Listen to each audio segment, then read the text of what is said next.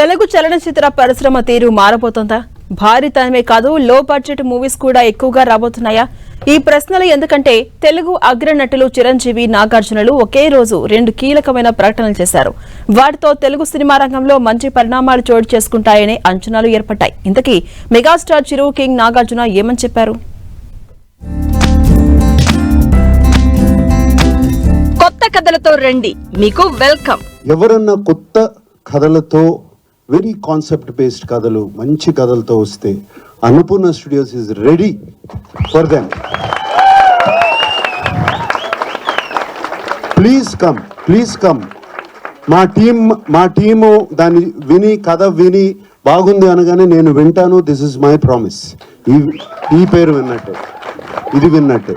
Budget కాదు, మంచి content ముఖ్యమంటున్న megastar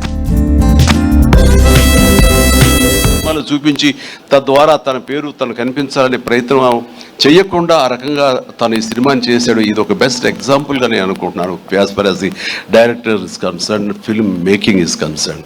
and days కూడా తక్కువలో చేయగలిగారు. మీరు ఫస్ట్ సక్సెస్, ఇప్పుడు ఈ సినిమా హిట్ అయిన తర్వాత ప్రేక్షకులకు వెళ్ళిన తర్వాత వాళ్ళు అందించిన విజయాన్ని మన విజయంగా కాదు, బిఫోర్ రిలీజ్ ఇట్ సెల్ఫ్ మీరు సక్సెస్ సాధించారు. దీన్ని బడ్జెట్ పరంగా అయితే కానీ, లిమిటెడ్ టైంతో మీరు చేయడం కానీ, దానికి నిజంగా మనస్ఫూర్తిగా అభినందిస్తాను. అండ్ ప్రతి వాళ్ళు ఇలాగే ఆలోచిస్తే కనుక నిజంగా సినిమా సక్సెస్ తగ్గిపోతున్నాయనే దీంట్లో ప్రతి వాళ్ళు కూడా నువ్వు ఇది నేర్చుకోవాల్సినటువంటిది, అమలు చేసుకోవాల్సిన విషయం. కాకతాళీయంగానే ఒకే రోజు 2 తెలుగు సీనియర్ నటులు చేసిన ప్రకటనలు ఇవి. తెలుగు సినిమా ఇప్పటికే అంతర్జాతీయ స్థాయిలో రీసౌండ్ ఇస్తోంది, అందులో సందేహం లేదు.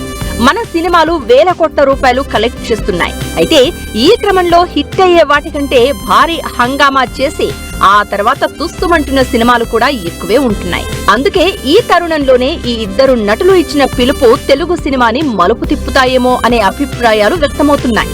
తన కెరియర్ బిగినింగ్ నుంచి కూడా కొత్తదనాన్ని ప్రోత్సహించిన నాగార్జున ఇప్పుడు తన సొంత నిర్మాణ సంస్థ అన్నపూర్ణ స్టూడియోస్ ని యాక్టివ్ చేసే పనిలో పడ్డట్టున్నారు. అందుకు తగినట్లుగానే కొత్త కథలను వింటామంటున్నారు. బడ్జెట్, కలెక్షన్స్ పరంగా తిరుగులేని తెలుగు చిత్రరంగాన్ని కొత్త పంథాలో, అదే సమయంలో కథాబలం ఉన్న సినిమాల బాట పట్టించాల్సిన అవసరం ఉంది. అదే విషయాన్ని పెద్ద హీరోలు కూడా పట్టించుకుంటున్నారు అనే దానికి అక్కినేని నాగార్జున మాటలే నిదర్శనంగా చూడొచ్చు. అలానే మెగాస్టార్ చిరంజీవి చెప్పిన బడ్జెట్ విషయం కూడా తెలుగు సినిమా రంగాన్ని తీవ్రంగా ప్రభావితం చేస్తున్న విషయమే.